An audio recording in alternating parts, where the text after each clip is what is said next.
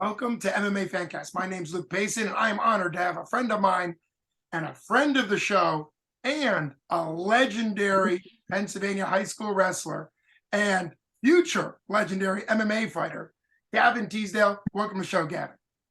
That last part has a ring to it. But thanks for having me on.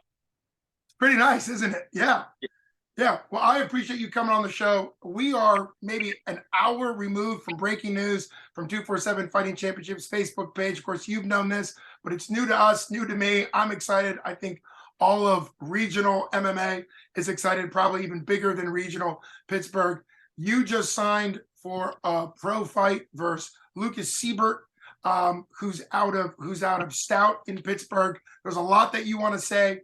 Talk about that fight. Why say yes to that fight? You're one pro fight in, two pro fights in to your MMA career, and he's coming up.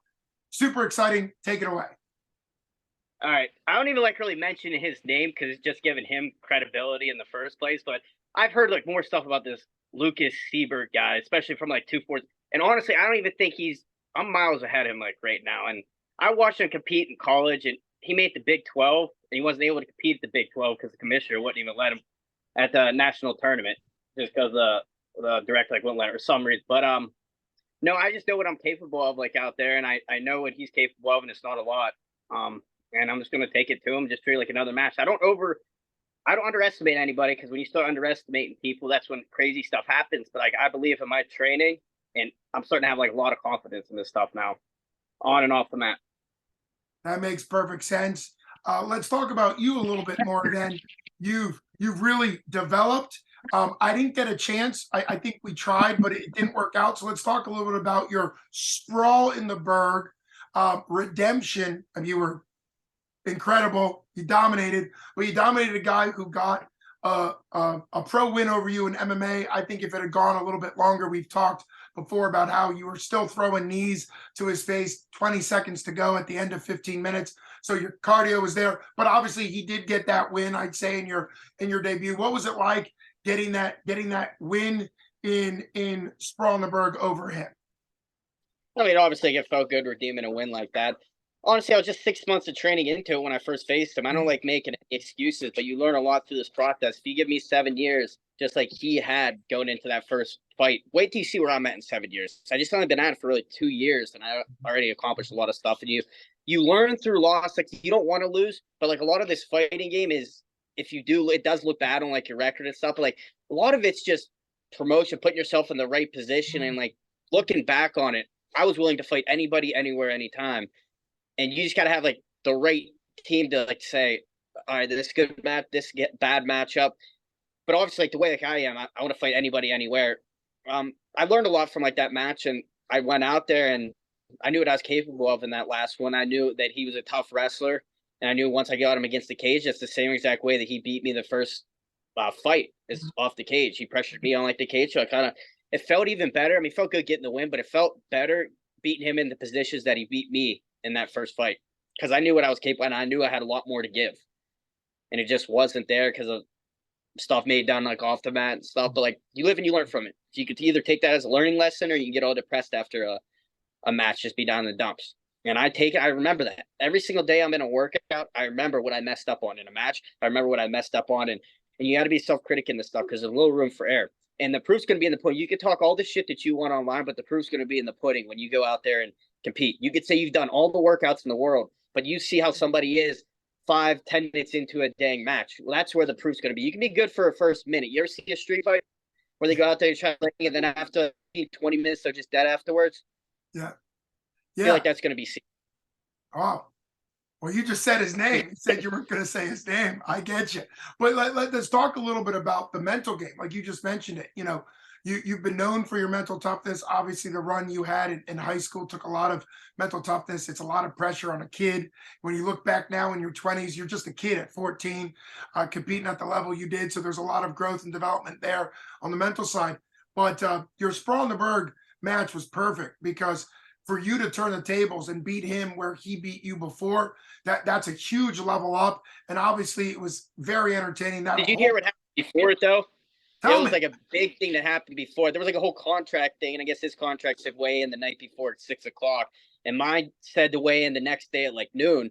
So then I was messaging like Hunter the whole thing, and I said, well, if he's weighing in tonight, it has to be on equal playing field. We got to weigh in at the same exact time. So I had to lose 4 pounds in probably an hour or so, and I got down to weight, and he weighed in at 6 o'clock, weighed in at 10. Because you know as well as I do. I mean, I know that we're probably like around the same weight class, but if you're gonna have somebody weigh in, the way wrestling was, like, if you had somebody weigh in the day before and then another guy weigh in the day afterwards, it's just not. But even like then, like I knew that my training, like everything that I was doing up to that point, it didn't come into factor. Like that's why I'm taking this match receiver to 145, because it doesn't matter how much weight I give up. It's gonna come down to like your technique and how much work did you put into that dang room. And I'm the type I could see just somebody's tendency, how they walk, how they shake my hand, what kind of grip they have, what kind of footwork they have, how they look at me in the octagon. They're walking back and forth. I could see it in their eyes. Are they ready to go? And it's usually the calm and the confident ones are the ones that are the most dangerous. The guys that are like outgoing, I'm going to do this, I'm going to do that. Yeah, I like talking to you, but guess what? I humble myself when I need to humble myself. You know, I didn't realize some of that. I do know that the Sprawl and the Berg had a couple different weigh-ins because the grappling component isn't covered by the commissioner, so it's a little bit more pick and choose. And there was both weigh-ins the night before, and then day of weigh-in. So glad it all worked out, but that does make sense. You've got to be on a level playing field. I did not know minutes before we're doing this interview, I had double checked 247 to see if the announcement of your big fight in October came with a weight class. I didn't see it. Super exciting at 145. You already kind of gave your mindset on it.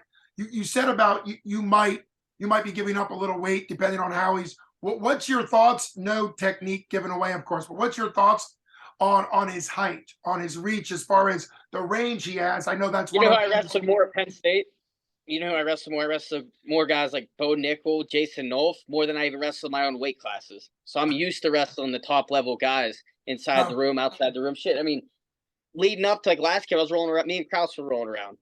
You know what I mean? Me and Tay roll around. I really don't got a lot of guys my weight. I'm used to giving up that weight. Right. But I'm like fast. Like they learn a few things off me being like with speed. And I learn a few things like off them with like strength in the positions I can and can't be in.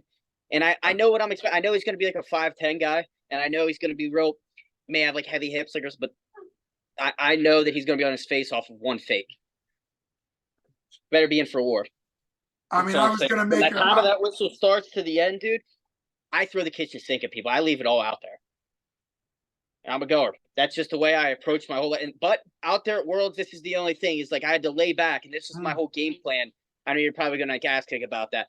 It's there's like these passive calls. You get a takedown right away. You don't try to pass guard. Then they bang you for passive. After the third passives, you could get disqualified for the match. But I'm like, you know what? I knew I could take these guys down at any time that I want to. So I'd wait till 2-3 minutes in, and then I get the takedown. And that was my whole game plan leading up. Besides the final match, I went out there and I wanted to wrestle him in that dang match. I hit a freaking duck under, and I got right behind him. Went for lift and return. He reached right behind me and hit me in a kind of like a Dylan Ness type of thing. And I ended up on, and I'm not good at going to my back just because like wrestling created that habit. And like when you do get taken down and like this jujitsu stuff, it's you got to be aware. And that's what I've been working on more so than like anything. Because even last year I didn't know how to pass guard. Guess what? This year, and the only reason I'm doing this is like the whole thing. I'm not training for like grappling. I keep getting these. I didn't even want to do a dang grappling match after I got done with Worlds. But then they hit me with like this guy. I'm like, dude, there's more freaking hype on this guy. Like even like that.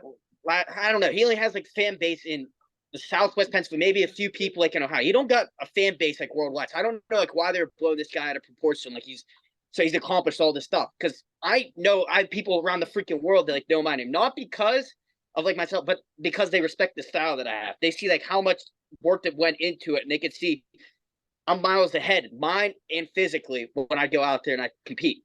I can hit one fake and I know what their tendencies are, and I can hit 2 or 3 moves down the line before they even know what hit them.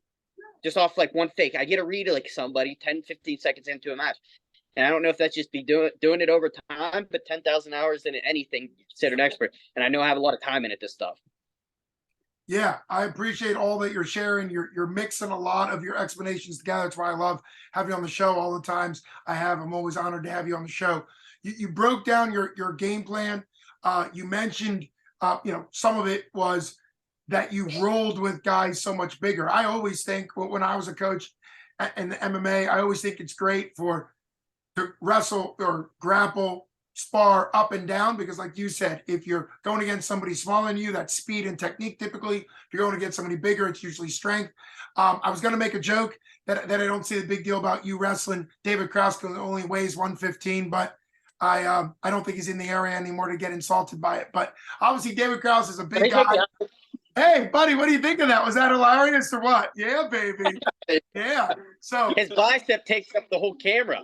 Yeah, I was gonna say it's nothing but a bicep. That's where his whole weight is in, just that one bicep. But yeah, that makes a lot of sense. Your confidence. You mentioned grappling and training at Penn State with Bo Nickal, obviously 3-time national champ now in the UFC. Let's take a second because I love having these long interviews with you. What are your thoughts on Bo in the UFC? What has it been like training with him and then seeing him twice on the Contender Series, and now he's into his MMA career in the UFC? Yeah, I support anybody that's made it to that point because I know the work that goes into it to even get there. And like a lot of these people that are on the keyboard typing away, they don't see what goes on behind scenes or how hard somebody works going into it. Just seeing a wrestler, how the fan base, and that's the one thing I got to say about the wrestling world is they're the most loyal people and they'll stick with you the whole way. Now, some of them, on the other hand, like when I don't like myself, a lot of people like, but if you're like a wrestler and you're training with somebody every single day, why hate on?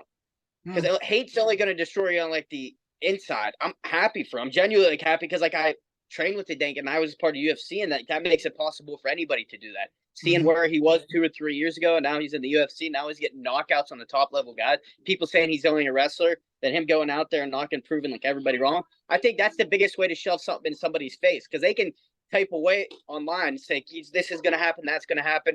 But guess what? You go out there and you prove all. Guess what? You're making them eat their own words. And that's what I like doing most things. You don't want to do it for like that reason and stuff. You want to do it personally. But in the end, that's like an extra thing that it's like a big fuck you to all of them, you know? Yeah. I mean, again, I really appreciate your mental game. You've learned this from your own experience, sometimes the hard way, but you're out now in the sense that you've got a good mindset and you know kind of what to let motivate you and what to let just go. Like sometimes if you get into it too much on the keyboard warrior, I know you and the shop guys like some of that, which is fine. You still got to do it in the cage. So super exciting stuff. Talk a little bit about Poland. You gave me the breakdown on kind of what your strategy was. I knew that there was a lot of points involved. I didn't know all the scoring. What was it like traveling internationally? I know you've competed internationally before in wrestling, but what was it like getting over there, doing the tournament? You know, obviously you did very well. You made it all the way to a silver and at Worlds grappling. Just an incredible accomplishment. Still only 2 years in to jiu-jitsu. So the fact that it was jiu-jitsu heavy in the gold match, and the fact that there was 1 or 2 things that went against you makes sense given the you're wrestling at the world's level. Yeah, so when I went out there, I knew that everybody, that's what they're working towards the whole year. And it's kind of crazy because I'm like half in fighting right now, half in grappling, but it comes like hand in hand. But when I went out there, like, they're getting paid by their government. So we're just doing it for the hell of it back here. Like right after I beat the Armenia guy in the semis, I had the whole staff like come up to you trying to like jump me. And I said, dude, they put their fingers in like my face, like saying it wasn't 2 points because it was like an iffy takedown. And I said, I'm only training this stuff right now to fight. If you guys want to fight, like I'll fight your whole freaking. I didn't really care like how many guys like that were there, but it's crazy while you're out there because you picture this: you have 5 matches. They put me in the pigtails, which even irritated me from the start. You have to put 5 good matches together, and you mess up on one thing in those 5 minutes. I get a takedown, leave my arm out of position, gets me an arm bar. I get a takedown, I leave my neck out of position. He gets me in a guillotine. So you got to be on your A game when you go out there. You got to know the rules. Some of these countries that go out there, they have somebody that. I remember being on the side of the mat, me and a buddy were rolling around, and there was a coach that was recording us from the side, and he goes, "Don't show him everything that you got." And I didn't know that they take it that serious, that they have a coach that's actually scouting you out there so they know, they see how much weight you're cutting. They look so far into it. What's crazy is America, you search one video of me, how many videos pop up? 1,000. Yeah. And you search one video of them, you can't find nothing. Why is that? It's because they scout that, and that's like it even makes it tougher on Americans like for that reason. And but getting back to your point, it's putting 5 good matches together. First match, I had a guy from France. Second match, I had a guy from Kazakhstan. Guy was really tough. Third one he was a guard player. He's the only guy that wasn't a wrestler out there because a lot of these guys that are out there, they're wrestlers that didn't make the team that go over. And they're like the secondary guys, like the Rush, all these people. And the Russians, they get like residency in these different countries. I mean, I see the guy I had in the finals from Dagestan. He was showing me pictures of like him rolling around with like Markachev. Well, Khabib's dad was his coach back in the day. Yeah. So, I mean, like a lot of these like different, they're getting residency in different countries because Russia wasn't allowed in it this year. So even the guy I had in the finals, I hit a nice ducker. I got behind him. Like I said, there was little room for a mistake and he hit me on the chin whip. But guess what? I learned from that because even last year, I couldn't pass guard. And this year I was passing guard everybody, and I was getting back to that the Polish guy. He sat right to his ass right away because he realized I didn't want to show him how good I was at wrestling. That was like my whole game plan going into it, because I knew I could get a takedown whenever. But if I hit one fake or do something like on him, they're gonna realize, oh shit, like I can't out wrestle this guy. But the Polish guy, he sat to his ass in the first 30 seconds. So I was in a position where I was trying to pass the guard, and he was so good at his X guard that my whole leg went numb. He was so tight trying to sweep my leg that 3 of my toes, I couldn't feel them by the end of the match.